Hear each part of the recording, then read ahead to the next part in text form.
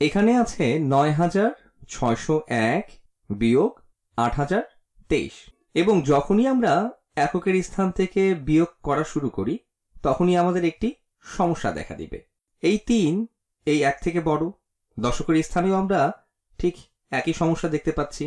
এই ২ শূন্য থেকে বড়, তাহলে আমাদেরকে ধার নিতে হবে বা পুনর্দলভুক্ত করতে হবে।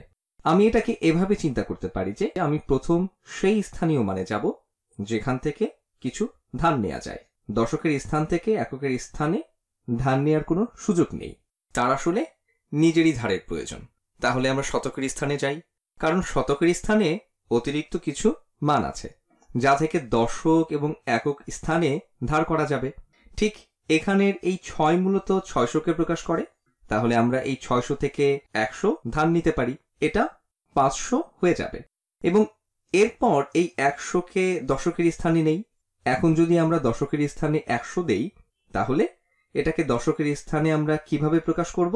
তো আমাদের আছে শূন্য সংখ্যক ১০ এবং এখন আমরা ১০০ দিচ্ছি।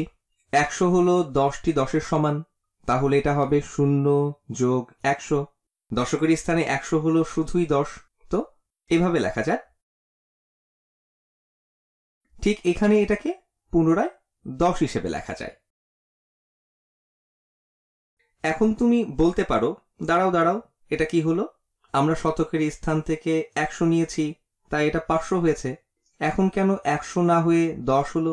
মনে রাখতে হবে যে এটা হলো ১০টি ১০, তাহলে এটা ১০০কে প্রকাশ করছে।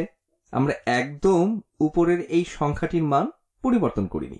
আগে মান ছিল ৯০০০ যোগ ৬০০ যোগ ১, এর মান হলো ৯০০০ যোগ ৫০০ যোগ ১০০। ১০ গুণ ১০ সমান ১০০ যোগ ১। আমরা মূলত মানের কোনো পরিবর্তন করিনি। এখনো শেষ হয়নি। আমরা এখনই বিয়োগ করতে পারছি না। এককের স্থান নিয়ে আমাদের এখনো সমস্যা রয়েছে। এককের স্থানে প্রয়োজনীয় মান নেই। এখন ব্যাপার হচ্ছে আমরা দশকের স্থানে কিছু মান দিয়েছি, তাহলে এখন তো আমাদের দশকের স্থান থেকে একটি ১০ নিতেই পারি। যদি আমাদের ১০টি ১০ থাকে এবং আমরা একটি ১০ নিয়ে নেই তাহলে আমাদের থাকে ৯টি ১০ অথবা ৯০। এরপর আমরা এই ১০টিকে নিয়ে এককের স্থানে দিতে পারি। তাহলে করা যায়, আমরা যে ১০টিকে সেখান থেকে নিয়েছিলাম সেটাকে আমরা এককের স্থানে দিয়েছি। এখানে আমাদের এখন ১১ আছে এবং এখন আমরা বিয়োগ করার জন্য প্রস্তুত। ১১ বিয়োগ ৩ সমান ৮। ৯ বিয়োগ ২, আসলে এটা হচ্ছে ৯০ বিয়োগ ২০ সমান ৭০। দশকের স্থানে আমরা এটাকে ৭ হিসাবে প্রকাশ করতে পারি। ৫০০ বিয়োগ ০ সমান ৫০০। শতকের স্থানে ৫ আসলে ৫০০কেই বোঝায়।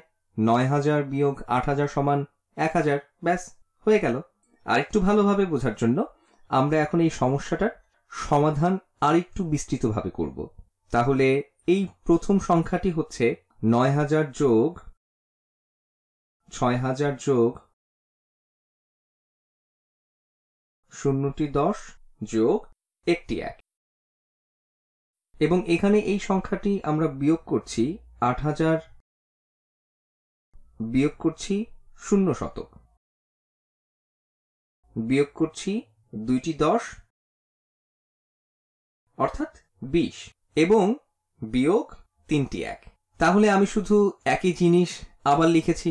পুনর্দলভুক্তকরণ এবং ধার নেওয়ার ব্যাপারে কিছুটা পরিষ্কার হতে হবে। এখন আমরা বলছি যে আমরা এই ১ থেকে এই ৩ বিয়োগ করতে পারবো না, অথবা এই ০ থেকে এই ২০ বিয়োগ করতে পারবো না, কিন্তু এখানে ৬০০তে বেশ কিছু মান রয়েছে। তাহলে সেখান থেকে আমরা ১০০ নিয়ে নেই, তাহলে এটা হবে ৫০০।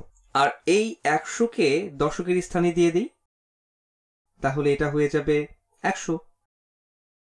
লক্ষ্য করি মানের কোনো পরিবর্তন হয়নি।